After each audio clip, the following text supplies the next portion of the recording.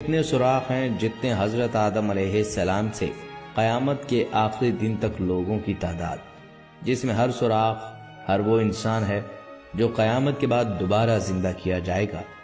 حضرت اسرافیل علیہ السلام اس سور کو پھونکیں گے تو نہ صرف اس زندگی کا خاتمہ ہوگا بلکہ ایک اور نہ ختم ہونے والی زندگی کا آغاز بھی ہوگا۔ ناظرین، سورہ اسرافیل اس چیخ کا نام ہے جس سے پوری کائنات زلزلہ میں آ جائے گی۔ قرآن کریم کی سورہ واقعہ میں ہے، یاد کرو وہ واقعہ جو دل دہلا کر رکھ دے گا۔ کیا ہے وہ دل دہلا دینے والا واقعہ؟ اور تمہیں کیا معلوم وہ دل دہلا دینے والا واقعہ کیا ہے؟ جس دن سارے لوگ پھیلے ہوئے پروانوں کی طرح ہو جائیں گے اور پہاڑ دھمکی ہوئی رنگین اون کی طرح ہو جائیں گے۔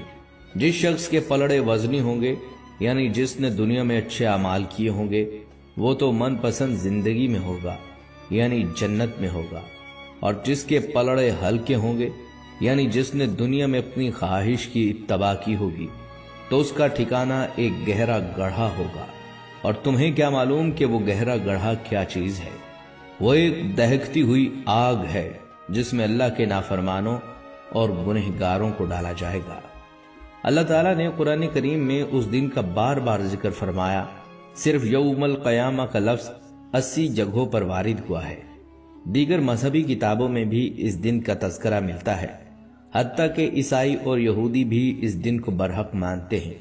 عقل کا تقاضا یہی ہے کہ دنیا کے اس عظیم نظام کا آخر کوئی اہم مقصد ضرور ہونا چاہیے، اور اس عجیب و غریب نظام کو چلانے والی ایک بہت بڑی ذات ہونی چاہیے جس کی طاقت کا ہم اندازہ نہیں لگا سکتے۔